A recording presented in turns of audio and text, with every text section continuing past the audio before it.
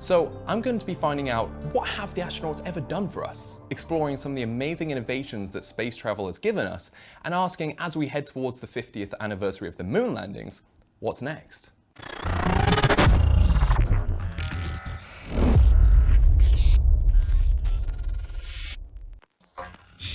Space technology is literally all around us, and most of the time, we don't even realize.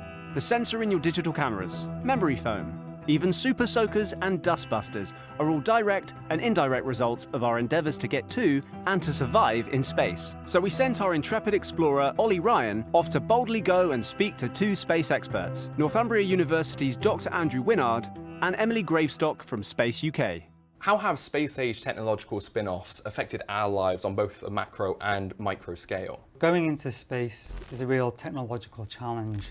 Taking human beings from a really safe environment where they're adapted, can survive really easily, into a hostile environment to spaceflight really drives developing technologies and pushing us to the limit of our understanding, and that's what helps us to innovate and learn new things. And there's a lot of robotics that's been developed in human spaceflight. So if you think of the space shuttle and the space station, they have these big long robotic arms. They're like big long booms that come out. But down here on Earth, we've also then started to use these robotics for medical reasons. The material that was invented in the 60s to wrap around the spacecraft to reflect the heat and protect the astronauts is now used to make space blankets. Because it's also great at keeping body heat in, especially in life-saving situations. Like the ones we've seen after terrorist attacks. Like the ones in the London Underground in 2005, the Madrid train station in 2004, or the Twin Towers in New York City in 2001. Incredibly, even artificial heart pumps used to keep transplant patients alive come directly from one particular space-age innovation. These little lifesavers were developed by scaling down the exact same technology that's found in the space shuttle's fuel pumps. Kind of amazing, isn't it? And it's the things we take for granted, too, that are reliant on space tech.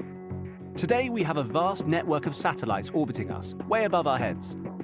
And it began as a system originally developed by the US military in the 60s, that we now know as GPS. But since being opened up for civilian use, it's transformed our lives. We use it to book taxis, food deliveries, tracking packages, and even online dating.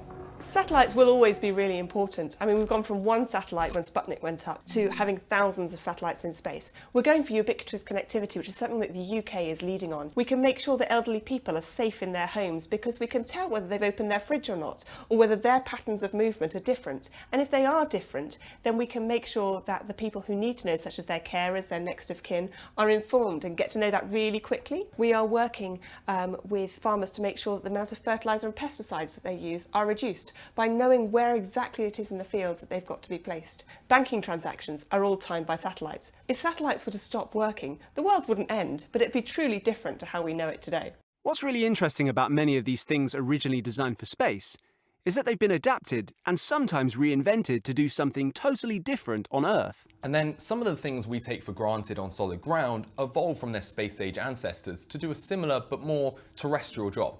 Let's take a look at this stuff. Water.